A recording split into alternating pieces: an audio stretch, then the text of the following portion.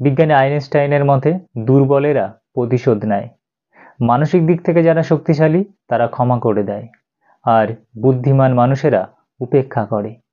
তো বুদ্ধিমান মানুষেরা কেন প্রতিশোধ নেয় না, চলুন আমরা এই ভিডিওতে জেনে নেই। প্রথমত, সম্পর্ক রক্ষা।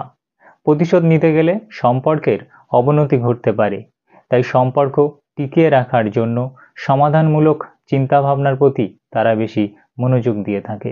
দ্বিতীয়ত, প্রতিশোধ নেওয়া মানে শক্তি ও সময়ের অপচয়, তাই বুদ্ধিমান মানুষেরা এই শক্তি এবং সময় বাঁচিয়ে রাখে গঠনমূলক কোনো কাজে ব্যয় করার জন্য।